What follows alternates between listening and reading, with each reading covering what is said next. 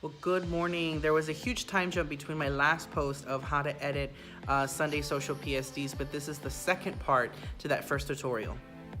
Okay, so we're going to start by logging into sundaysocial.com. You can look through and find whatever post you're going to want to edit. So we're going to look at two of the newest additions to Sunday Social, which is a set list post and a baptism post. When you click on the photo that you want to edit, you have these different options that are sized differently, but you want to download the PSD since you want to edit it. When your file's downloaded, you're going to get this message that shows that some fonts are missing, but you can go in and replace them with fonts that you do have on your computer. Looking at the PSD file, we have a couple different layers here. We have a background layer, an English layer, Spanish layer, and the number. And the background layer folder contains all of the elements that make up the background. We have our number that we're going to be changing, but the cool thing is that these folders for English and Spanish contain the text so that you can use either one. So what we're going to edit is the number 5. And of course I don't have this font on there, but I'm going to go ahead and replace it with something that I think is similar. And go ahead and type in whatever number you need.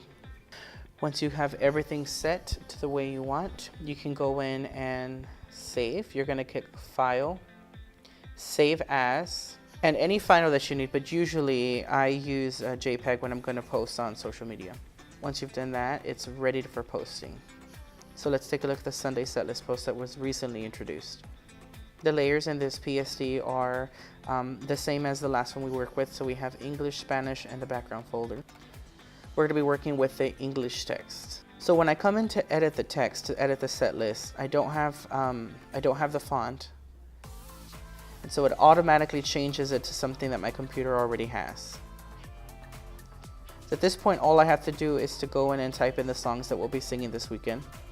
If you want to go back and give it a similar look like what's on Sunday Social, you can go ahead and highlight the artist and bold them. Now something to note here is that not only can you change the text within the PSD, but you can also add things into the PSD. So I'm going to go ahead and add our church's logo. I'm going to shrink it down and add it to the corner. And I think this just gives a personal touch to what you're posting. Once everything looks the way you want it to, again, you can come to File, Save As, and choose what you want to save it as. And it's ready for posting.